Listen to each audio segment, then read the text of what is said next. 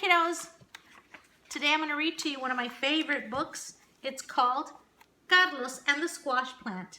Carlos y la planta de calabaza. It is a bilingual book and it's written by Jan Romero Stevens and the illustrator is Jean Arnold. I believe it's A.R. Testable. And it begins like this. Carlos lived in the fertile Española Valley, nestled in the mountains of northern New Mexico. His mother and father were farmers and tended a large garden plot next to their thick-walled adobe home.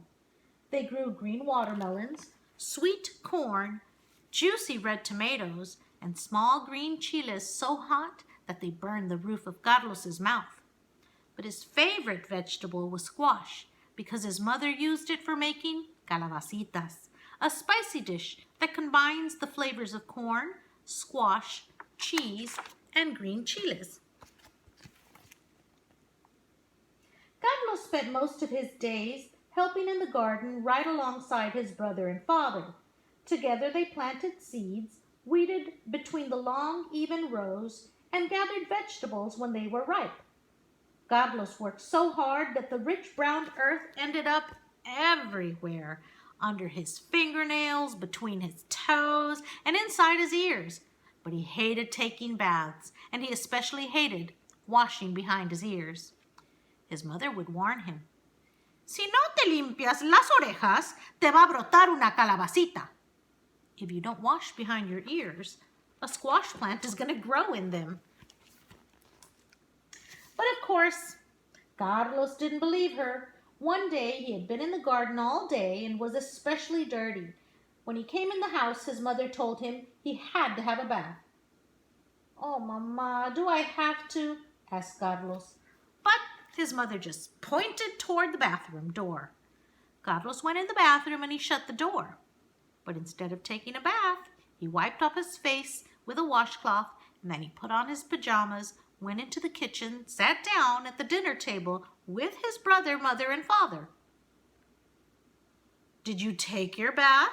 asked his mother, looking at Carlos with a raised eyebrow. "Si, Mama, I did," he said. Papa only shook his head. After dinner, Carlos went to bed early. When the bright summer sun shone in his bedroom window in the morning, he woke up quickly. He had an itchy sort of feeling in his ear, and when he started to scratch it, he felt something strange. Carlos ran to the mirror. A tiny green stem with two pear-shaped leaves was growing in his right ear. Just as he was wondering what to do, his mother called him for breakfast. He could smell the aroma of chorizo, spicy hot sausage, and eggs frying.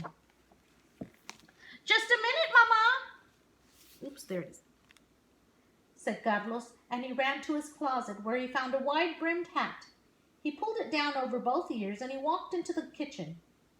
"Good morning, son," said his mother. "Sit down and have your breakfast, but why are you wearing that hat?" "It's such a sunny day today, and I don't want the sun to get in my eyes," said Carlos, and he ate his breakfast so fast he was outside before his mother could even get a second look.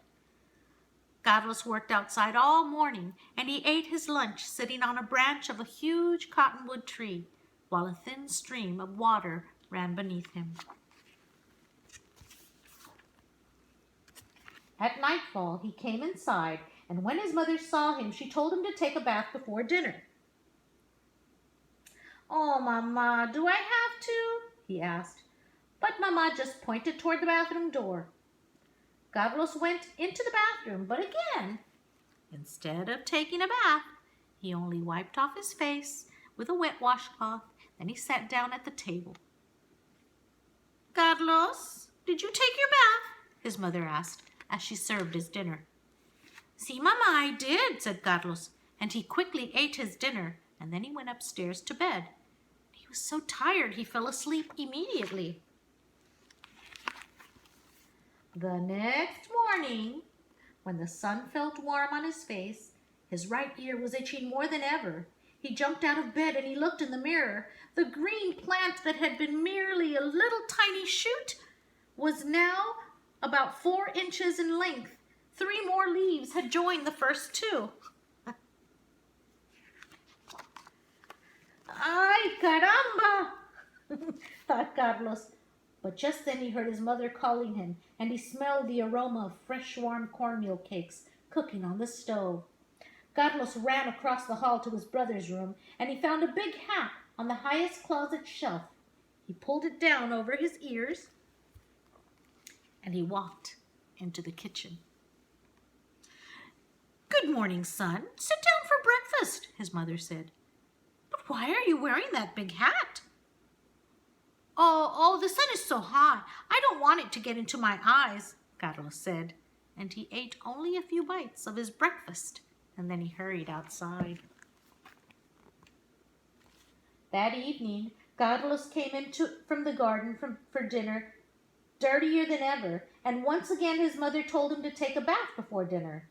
But Carlos only wiped off his face, and he returned to the kitchen with the big hat still on his face. "Carlos, did you take your bath?" asked his mother. "Sí, Mama," answered Carlos, pulling the large hat further down over his ears. After dinner, he went straight to bed. Carlos woke up the next morning, and his head felt heavy on one side. He didn't need to look in the mirror to know what had happened. A long green vine with yellow blossoms hung down the side of his pillow, and it trailed onto the floor. Carlos tried pulling it out. He tried breaking it off. He tried stomping on it with his foot. But nothing would rid him of the squash plant, which was now several feet long.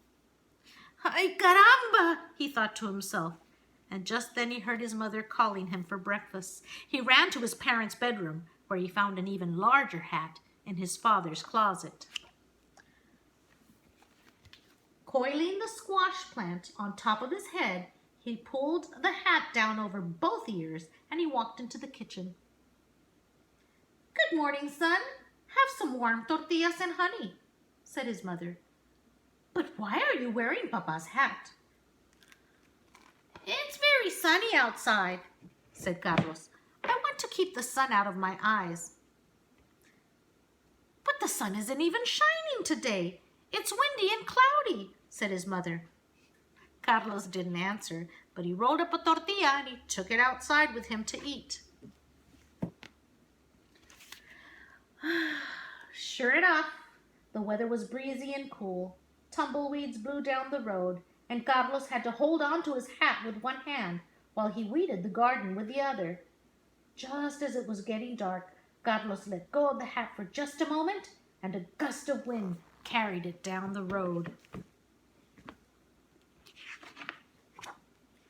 At the same time, Carlos heard his mother calling. There it is.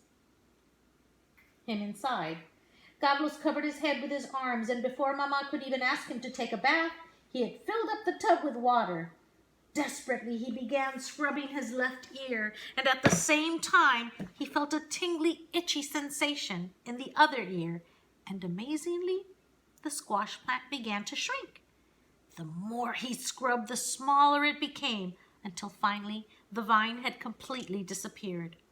Carlos dried himself off, he put on his pajamas, and he walked into the kitchen, where he sat down for dinner. "Mama, I finished my bath, and I even remembered to wash my ears," said Carlos. "You are a good boy, and for you I have cooked your favorite dish, calabacitas," his mother said. And as she put the steaming plate down in front of him, she winked at Papa, who pretended not to notice. The end.